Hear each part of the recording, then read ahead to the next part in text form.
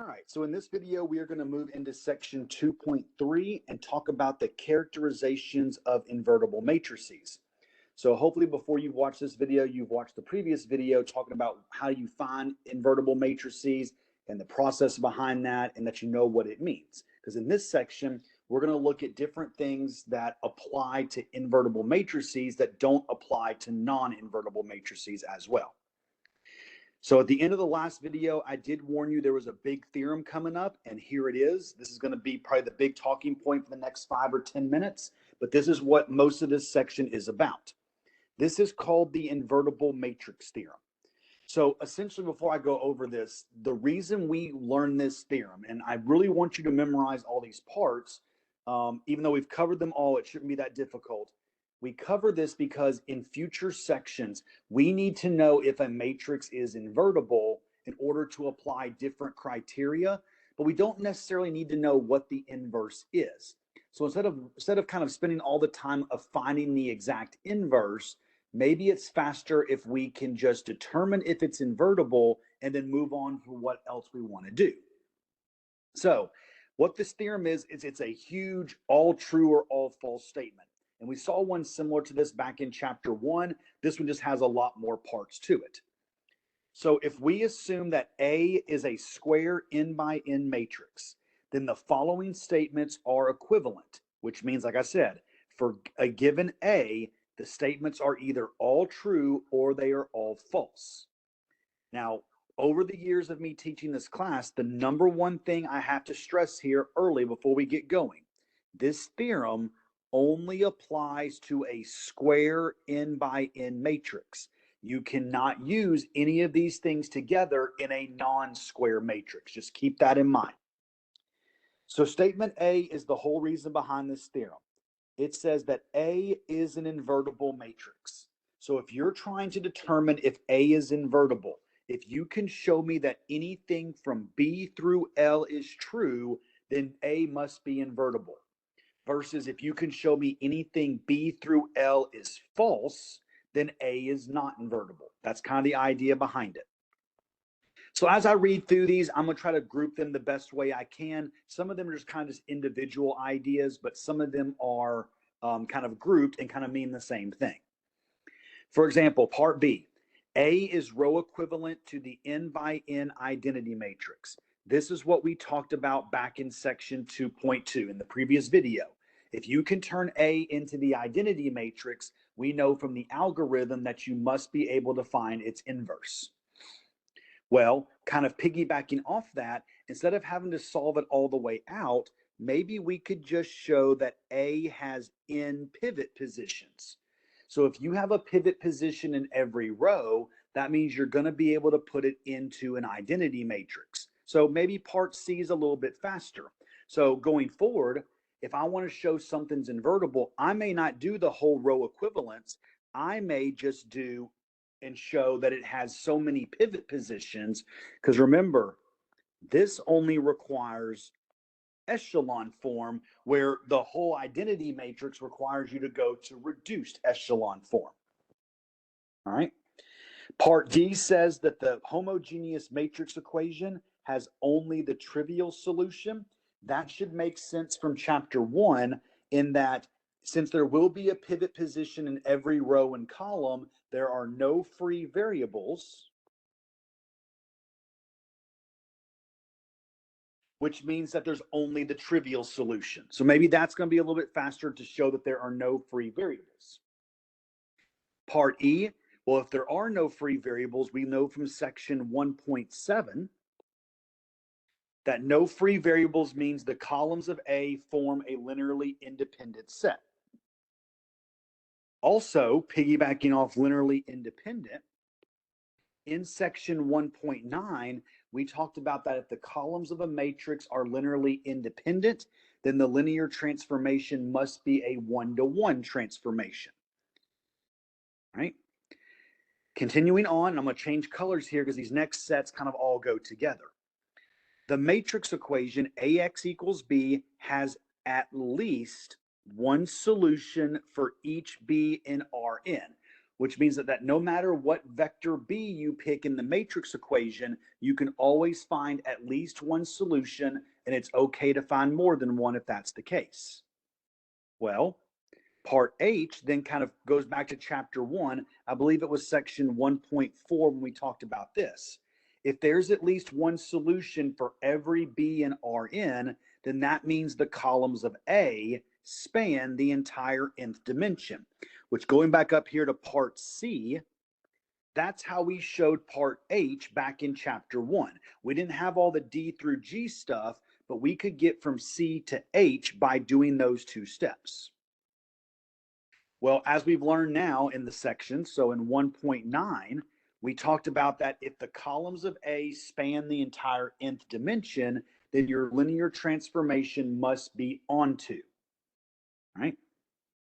And then going back to the sections we just did, obviously if A is invertible, then there must be an n by n matrix C, and there must be an n by n matrix D, such that if you multiply in either order, C times A or A times D, this will generate the identity matrix.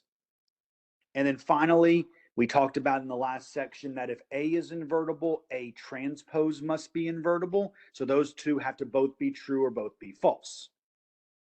So looking through all 12 of these statements here, some of these you're going to obviously not do to show that A is invertible. But besides just showing that A is invertible really quickly, this theorem is also helpful to show other things. For example, where's the one I want to talk about? I saw it when we were reading through. There it is. So if you ever want to show that the columns of A are linearly independent, all right, if you already know, if there's a problem out there that states, hey, the columns of A are linearly independent, do blah, blah, blah. Well, remember, if it's a square matrix, you could immediately jump to saying that A is invertible, and by knowing that connection, it could save you some time on other problems. In a few minutes, I'm going to throw a couple problems at you that may make you think that way, but that's why this section, while it's very short, this is one of the shortest sections we do, there's only 3 more slides. It's a very important section because you want to know the correspondence between all these statements in square matrices. So here's kind of the idea of what we can do with that theorem. Example number 1. Use the invertible matrix theorem to decide whether or not this matrix is invertible. So I want you to kind of think, do not find the inverse. I know we could do that. We did that in the last video. But could we save some time and just figure out if it's invertible or not? Well, my thought is, I'm going to go back to the theorem. If I'm just given an A, the first thing in my mind is I'm going to always usually default in my brain to part C. Because if I can show that it has n pivot positions in echelon form, that's enough to show whether or not it's invertible. So I'm going to take this matrix and I'm going to put it into echelon form. Well, as you can see from matrix A, there's already a 1 in the first pivot position. So I'm going to take row 2 and subtract 3 row 1s, and I'm going to take row 3 and add 5 row 1s to go ahead and take care of column 1. So you'll get 1, 0, negative 2. All right, so in row 2, you will get 0, 1, negative 2 plus 6 is 4. And then in row 3, you're going to get 0, negative 1, and then 9 minus 10 is negative 1. Our next pivot position, just by coincidence, is already a 1. And remember, echelon form, I just need to make everything below it a 0. So I'm going to get rid of that negative 1 at the bottom of column 2. I can do that by saying that row 3, I'm going to add row 2 to that. So my top 2 rows remain the same. My bottom row becomes 0, 0, 3. This is the echelon form of the matrix, and as you can see, as I circle through here, we have a pivot position in every column and row. Remember, with a square matrix, you're going to be able to go either direction you want to. All right. So from my problem, since A has 3, well, let me word it this way. has a pivot position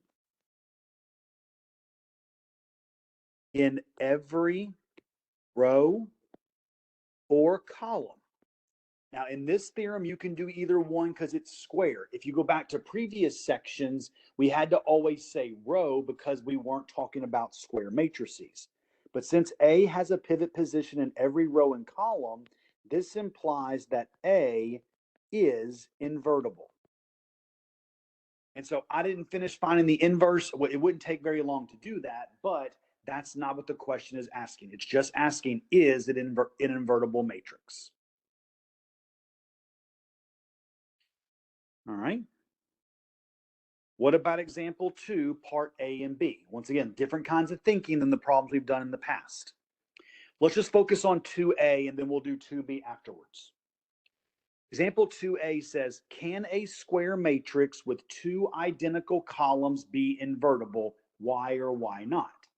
So what I'm wanting you to do is I'm wanting you to use the knowledge from the invertible matrix theorem to connect two identical columns being invertible or not being invertible. Now, some people are very, very gifted and they can do this kind of in their head, and that's great if you can. I like to write things down so you can visually see what this is saying. It says a square matrix. It didn't say how big, so I'm just going to pick a 2 by 2. Those are pretty easy to work with. It says both columns have to be identical, so let's let them be the same thing. Now, I'm not going to put numbers in this because if I put numbers, that may throw some people off. So I'm going to let the two columns be A, B, whatever those are. Now, what do we know about this matrix? You're trying to show me that one of those statements from the previous theorem is false or one of those statements is true. If that's the case, you will know if A is invertible. While there could be different ways to do this, the first thing that comes to mind for me is that since we have two columns, I'm going to check whether or not these two columns are linearly independent of each other. Because I remember back from section 1.7 that there is a shortcut to determine this if you are working with two columns. So you've got two vectors here. You've got the vector AB and the vector AB, which are the two columns of the original matrix. They are scalar multiples of each other, so much so that they're exactly the same. If you multiply one matrix by the number 1, you get the other vector. Vector, not matrix, sorry. So if you remember back in section 1.7, is that if two columns of a matrix, if there's only two, if they are scalar multiples of each other, this implies that the columns of the matrix are linearly dependent. Now, obviously, we know that if a matrix columns are linearly dependent, then the statement that they're linearly independent, this is a false statement. And from the invertible matrix theorem, since I'm working with a square matrix, since I just showed that one of the statements is false, then all the way back up to statement A, where A is invertible, that must be a false statement. So based on just this, no, A is not invertible. And A will never be invertible if two columns are the same in a square matrix. All right, so part B, if you have an n by n upper triangular matrix. Now, I bolded that because this is the first time we've seen this lingo in this class. When I say upper triangular matrix, let me highlight this for everybody. This is a matrix whose entries below the main diagonal are zeros. All right, that's all it means. So if I wanted to draw or write out an upper triangular matrix for you. So let's up it a little bit. Let's go to a 3 by 3, even though a 2 by 2 would be fine here. All right.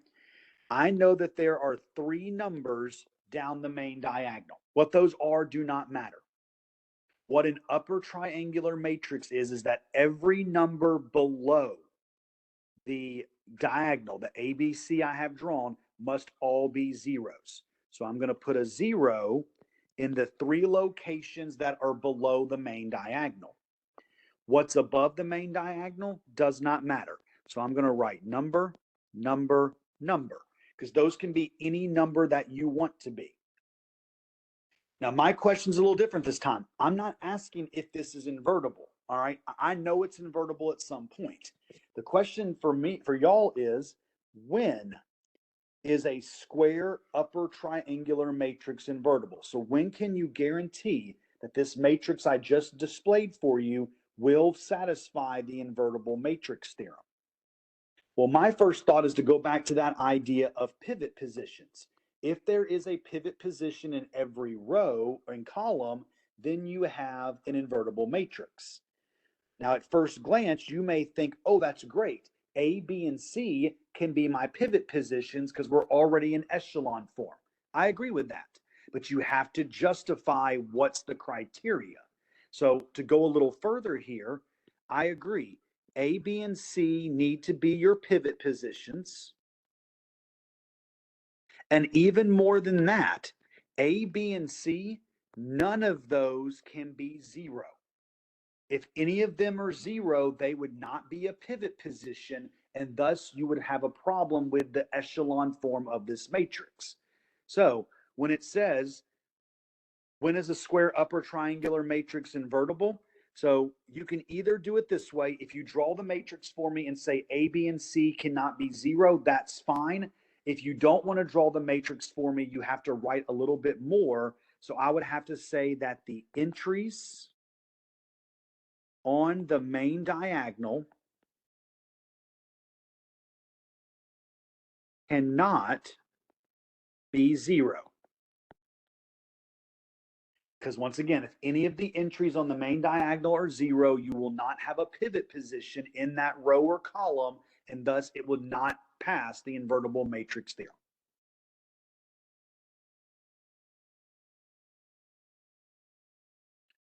All right. And like I said, not a lot in this section. So the last thing I want to do is I want to kind of combine the idea of invertible to linear transformations to wrap up this section. So if you have a linear transformation T that maps the nth dimension into itself, and that's got to be true for this because it's got to be square. That linear transformation is said to be invertible if there is a different transformation S that also maps the nth dimension into itself such that the following equivalency holds. That the transformation of S of t and the transformation of t of s both become the same thing, and that's just the x vector. If that is the case, then we can claim that S is just the inverse of T. Now, if you recall, at least, and we're still holding to this strong, if you are doing a transformation, right now, transformations together is matrix multiplication. So when I say S of T or T of S, you are multiplying S and T together in both directions. And essentially, if they cancel and become the identity matrix, and you're just left with the vector X, then you have and shown me that they are invertible transformations. That's one way of doing it. A little bit more direct way of doing it is this next sentence I had.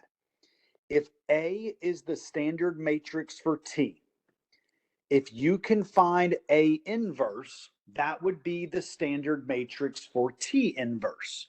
So instead of trying to do the S of T and T of S definition, it might be easier just to find your standard matrix and then determine what its inverse is or if it's invertible or not. So let me show you an example of that. Let's assume that we have a linear transformation that maps the second dimension into the second dimension. And it's defined by the following transformation. T of x1, x2 is equal to negative 5x1 plus 9x2, 4x1 minus 7x2. So if you remember back in the end of chapter 1 when we did linear transformation, this represents the columns. And remember, these expressions represent the coefficients of the rows of your standard matrix. So from chapter 1, we would define our standard matrix as being A. And based on this, it's going to have to be a 2 by 2 matrix. Negative 5x1 plus 9x2 means my first row is going to be negative 5, 9. And then my second row should be 4, -7, based on the 4x1 minus 7x2.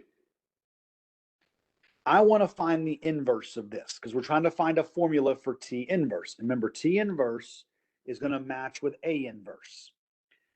In the last video, when we did inverses, I showed you two ways to do a 2x2 inverse. You can either do row reduction with an augmented matrix, or you can use that shortcut I showed you.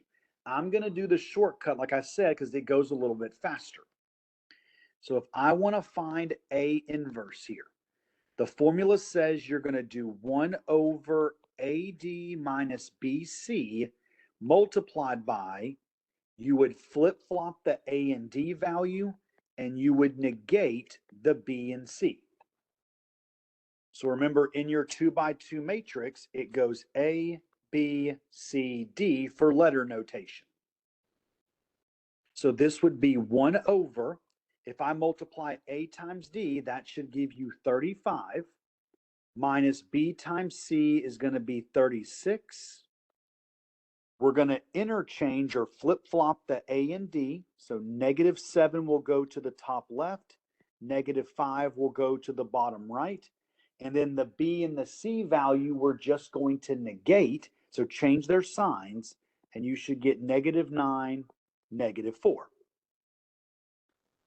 Well, in this case, 1 over 35 minus 36, that's going to end up going to -1. So you're going to take this -1 and distribute it to the entire matrix. So that should give you 7, 9, 4, 5. And so that is the standard matrix of T inverse. The problem is that your homework doesn't want that answer. They want you to actually write the formula for T inverse, which means you have to put it back into its expression form. So what I'm going to do down here at the bottom right is we are about to write our expression for T inverse of x1, x2. Now remember, the rows tell you the coefficients of your variables in this case.